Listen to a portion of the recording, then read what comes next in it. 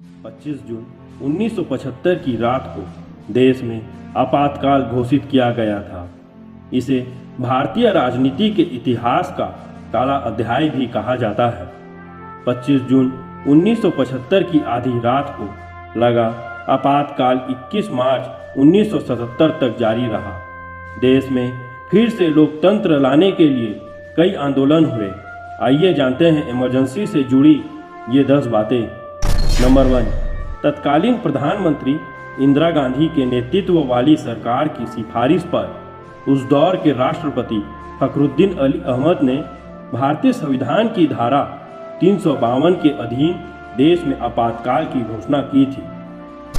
Number 2, आपातकाल में लोकसभा चुनाव का तारीख भी आगे बढ़ा दिया गया था। इसे आज़ाद भारत का सबसे विवादित दौर भी माना जाता है। वहीं अगले सुबह यानी 26 जून को पूरे देश ने रेडियो पर इंदिरा गांधी की आवाज़ में आपातकाल की घोषणा के बारे में सुना।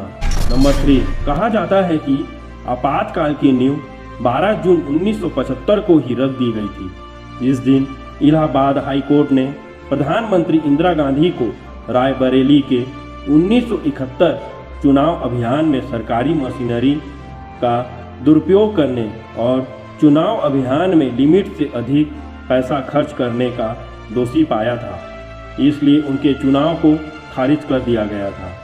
इतना ही नहीं, इंदिरा पर 6 साल तक चुनाव लड़ने पर और किसी भी तरह के पद संभालने पर रोक लगा दी गई थी। नंबर 4, विपक्ष के नेता राजनारायण ने 1971 में रायबरेली में इंदिरा गांधी के हाथों हारने के बाद मामला दाखिला करवाया था। जस्टिस जगमोहन लाल सिन्हा ने फैसला सुनाया।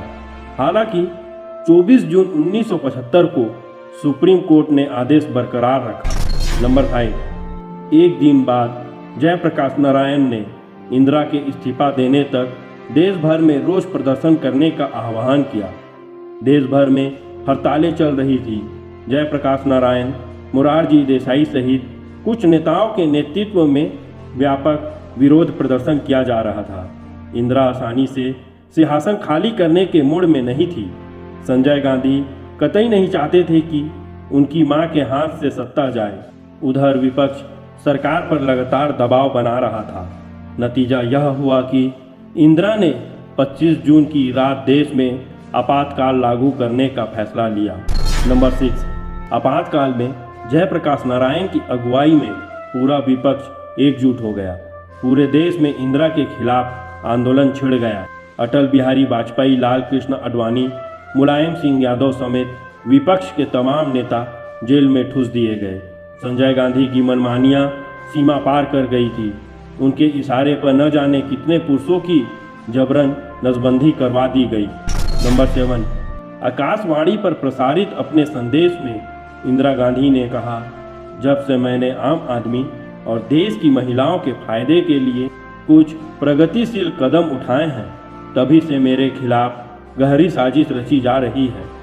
नंबर 8, बताया जाता है कि सरकार ने पूरे देश को एक बड़े जेल खाना में बदल दिया था। आपातकाल लागू होते ही आंतरिक सुरक्षा कानून के तहत राजनीतिक विरोधियों की गिरफ्तारी की गई। नंबर 9, आपातकाल के दौरान नागरिकों के मौलिक अधिकारों को छीन लिया गया था। इमरजेंसी में जीने तक का हक छीन लेने के लिए सुप्रीम कोर्ट ने भी 2011 में अपनी गलती मानी थी। नंबर 10, आखिर में जनता ने आपातकाल का बदला इंदिरा गांधी से ले ही लिया। साथ ही जयप्रकाश नारायण की लड़ाई निर्णायक मुकाम तक पहुंची। इंदिरा को सिंहासन छोड़ना पड़ा। मोरारजी देसाई की अगुवाई में जनता पार्टी का गठन हुआ। 1977 में फिर आम चुनाव हुए।